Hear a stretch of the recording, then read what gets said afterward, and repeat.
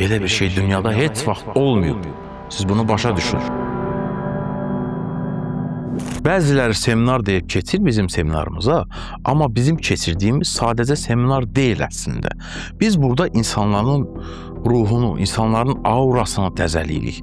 Başa düşürsünüzmü? İnsan təmizlənir, insan rahatlıq tapır.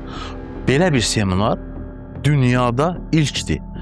Həqiqətən, vallah, axtarsaz, araşdırsaz görərsiniz ki, yer kürəsində belə bir seminar olmayıb.